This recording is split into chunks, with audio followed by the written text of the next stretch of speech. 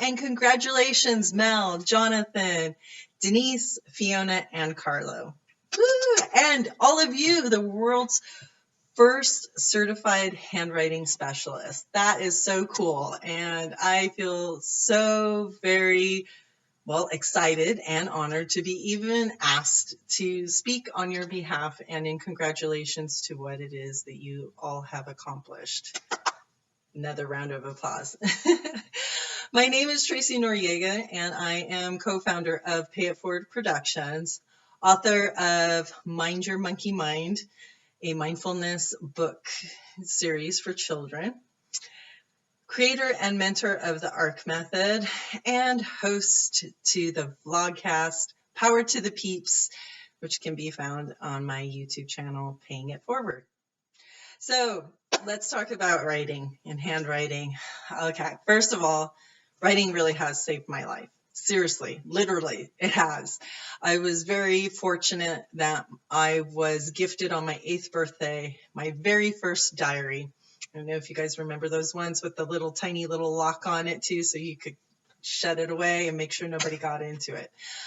My mom gave me that, and she modeled and taught us to write our feelings out. She always had her journals, and we would see her when she would get upset or very thoughtful, pensive, whatever it was, and she'd go and write. And we were encouraged to do the same. We were getting upset, we had stuff on our mind, we were angry and wanted to say things that might be hurtful. It was a way of not negating our feelings and our emotions, but saying, hey, put it all down. And then when you've sorted it all out, come and speak to us about it. So what can I say about that? That's like mental health, emotional health, psychologically. And I carried that with me. I did it all through my teens, through my young adulthood, and still to this day. In fact, I think it's up here where I have all of my journals from past that I can always go back to, and it's so valuable. I can go back and say, what was going on then? Or I think I've been here before, right? And be able to go back and read through that and see and just be brought back to that and know all of those things. Where else would I find that? How else could I get that stuff down, right? So that's one thing. Another thing is, actually, I wouldn't be where I am today when it comes to just all my opportunities if I didn't have writing. And I say that as far as my studies, getting through regular school and then university and then specialty schools and such. Let's put it this way. Studying, you could give me a study guide, and that's great that teachers would provide something with all the notes of this is what's going to be covered in this test. So here's what you know to write, study. But I would rewrite all of it down in my own words, in my way of organizing the thoughts with the things I wanted to put in there. I would write all that down, and they would become my cheat sheets, because I would not only handwrite them, but they'd be color coded too. I would change different colors for different things and maybe put them in bubbles or circles and such. And I could, since I'm a visual learner, I could just close my eyes and see my notes. And it was almost like I had a cheat sheet right here for me to reference when I was going through all of my exams. So that was invaluable. The other thing is, when I have ideas or things are coming through or somebody tells me something I want to note, even if it's like a quote or something, or there was a song on the radio, etc., a to-do list, look at all of those back there, right? I'll use it, or just even they're just quotes to remind me of things, affirmations and such. But I can't do anything else but to write it down. I was fortunate to learn how to do mind maps. And again, I would just have notes here and circles there and bubbles, and this kind of goes to that. And all these ideas would come into my head, and I didn't really know how to organize them. So I would just let them flow. It was almost like a brain dump, and I'd look at them, and then I could see something and make something of it and then reorganize it, or see an idea, see in all of those ideas the big picture. So, how else can you do that than to handwrite? I personally can't go even and write a letter just by typing it out. Sometimes it's really hard to do emails for me because I'm sitting there and there's all these thoughts and I can't type as fast as I can write, you know. And then what else? Let's see. I would say the big thing for me is, and seeing it in today's culture, I became a guardian to our nephew, and he's now 16, but we've had him since he was 8. And I would get into all of these arguments with the teachers when they wouldn't require them to write. And I really think that not requiring children to write and to learn how to handwrite is basically teaching them a disability.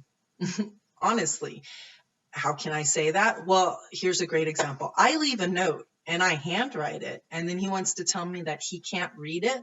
First of all, I know we've had practice going through cursive and the letters and the alphabet and everything, but he would use that excuse, well, I don't practice it at school and I don't have to know how to do it. And I'm just like, no, that is a life skill that you have to know how to do.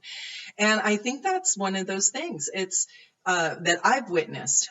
How can you not expect somebody, if you leave them a handwritten note, that they're going to claim illiteracy for not being able to read somebody's handwriting? Now, granted, you got really bad handwriting. I can understand that. I worked in a hospital and I've seen doctors' handwriting, and it's true. But to be able to handwrite and leave somebody a note, scribble something down, give you something, and you're going to say you can't read it, that's a disability in my opinion. Not only that, I've witnessed with him, he's very creative. And I would tell him, well, why don't you make a sketch or write it out or do something? Now, if it's a drawing, great. But if he had like ideas for something and it were words, oh my God, trying to get him to put that on paper was like pulling teeth, literally.